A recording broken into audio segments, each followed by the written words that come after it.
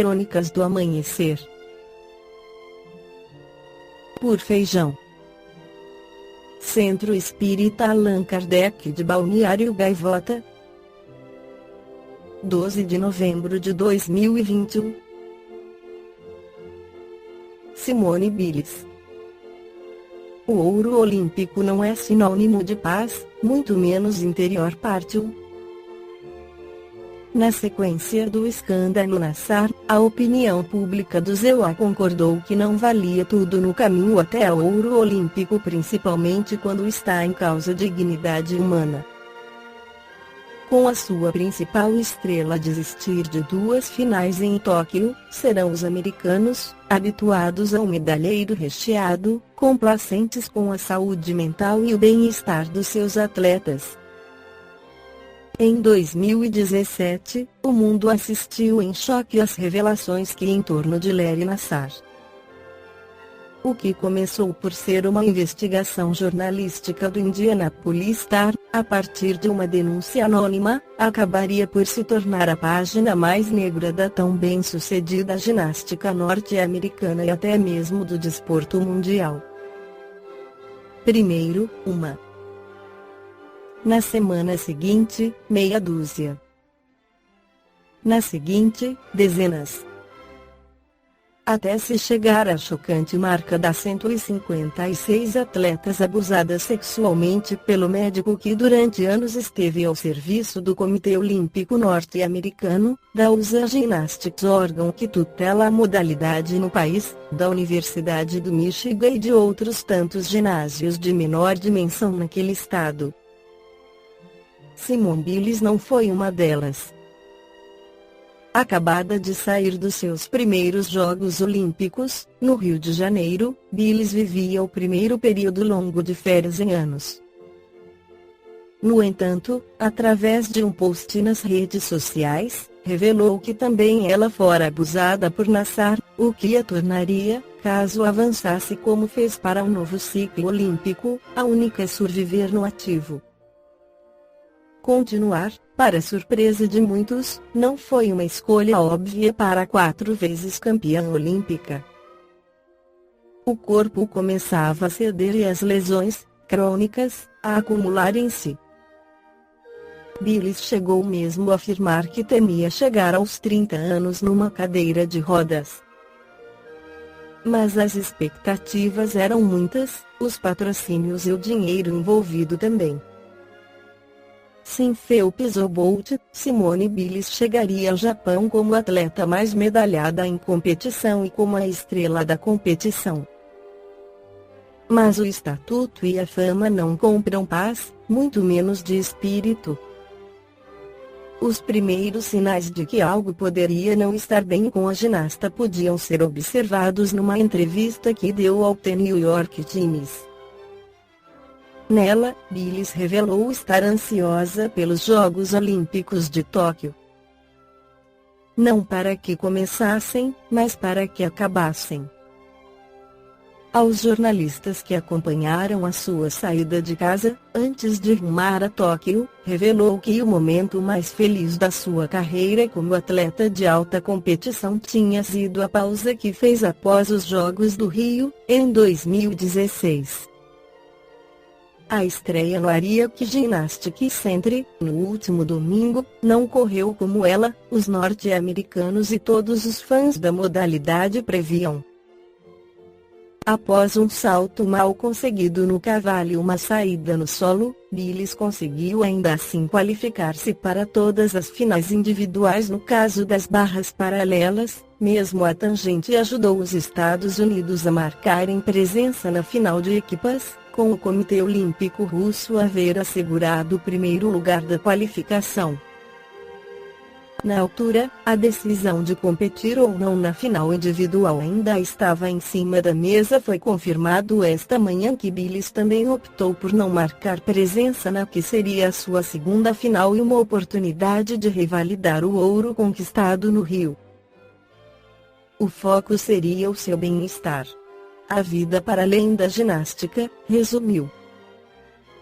A decisão de abandonar a final de equipas foi, segundo a própria, uma forma de proteger as companheiras e de assegurar que estas conquistariam uma medalha. Jardane Chiles, que treina diariamente com Billis no ginásio que esta possui no Texas, revelou que nos exercícios de aquecimento Billis já tinha tido episódios de twists, um termo muito usado na ginástica e que remete para um bloqueio mental que acaba por se refletir nas indicações transmitidas ao corpo. Na Revista Espírita de fevereiro de 1863, Allan Kardec inclui Mensagem do Espírito F.D., antigo magistrado, que diz: paz, disse o seu Cristo, aos homens de boa vontade. Não tivestes a paz porque não tivestes a boa vontade. A boa vontade, tanto para os pobres quanto para os ricos, chama-se caridade.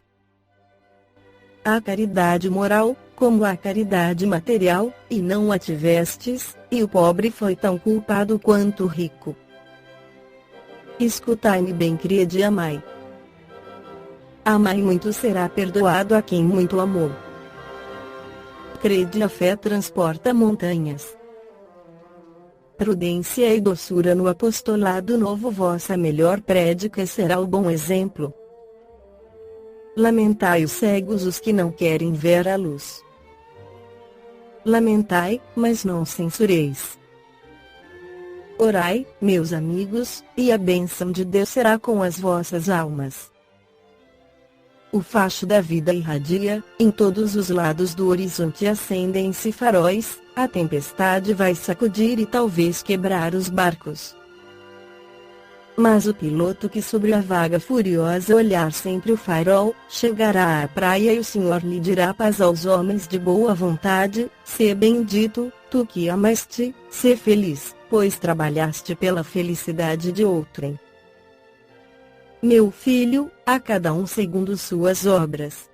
O Espírito e Emmanuel, o livro Alma e Coração, pela psicografia de Francisco Cândido Xavier, diz que temos hoje, em toda parte da Terra, um problema essencial a resolver: a aquisição da paz de espírito, em que se desenvolvem todas as raízes da solução aos demais problemas que sitiam a alma. Que diretrizes, porém, adotar na obtenção de semelhante conquista? Usar a força, impor condições, armar circunstâncias? Não desconhecemos, no entanto, que a tensão apenas consegue impedir o fluxo das energias criadoras que dimanam das áreas ocultas do espírito, agravando conflitos e mascarando as realidades profundas de nossa vida íntima, habitualmente manifestas. A paz de espírito, ao contrário, exclui a precipitação e a inquietude, para deter-se e consolidar-se na serenidade e no entendimento. Para adquiri-la, por isso mesmo, urge entregar as nossas síndromes de ansiedade e de angústia à providência invisível que nos apoia. As ciências psicológicas da atualidade nomeiam esse recurso como sendo o poder criativo e atuante do inconsciente, mas, simplificando conceitos, a fim de adaptá-los ao clima de nossa fé, chamamos-lhe o poder onisciente de Deus em nós. Render-nos aos desígnios de Deus, e confiar a Deus as questões que nos surjam intrincadas no cotidiano, é a norma exata da tranquilidade suscetível de garantir-nos equilíbrio no mundo interno para o rendimento ideal da vida. Colocar à conta de Deus a parte obscura de nossa caminhada evolutiva, mas sem desprezar a parte do dever que nos compete. Trabalhar e esperar, realizando o melhor que pudermos. Fé e serviço, calma sem ócio. Pensemos nisso e alijemos o fardo dos agentes destrutivos de ódio, ressentimento, culpa, condenação, crítica ou amargura que costumamos arrastar no barro da hostilidade com que tratamos a vida, tanta vez arruinando tempo e saúde, oportunidade e interesses. Fundamentemos a nossa paz de espírito numa conclusão clara e simples: Deus que nos tem sustentado, até agora, nos sustentará também de agora em diante. Em suma, Recordemos o texto evangélico que nos adverte sensatamente: se Deus é por nós, quem poderia ser contra? Balneário Gaivota, 12 de novembro de 2021. Por Feijão. Centro Espírita Allan Kardec de Balneário Gaivota. Que a paz esteja com todos.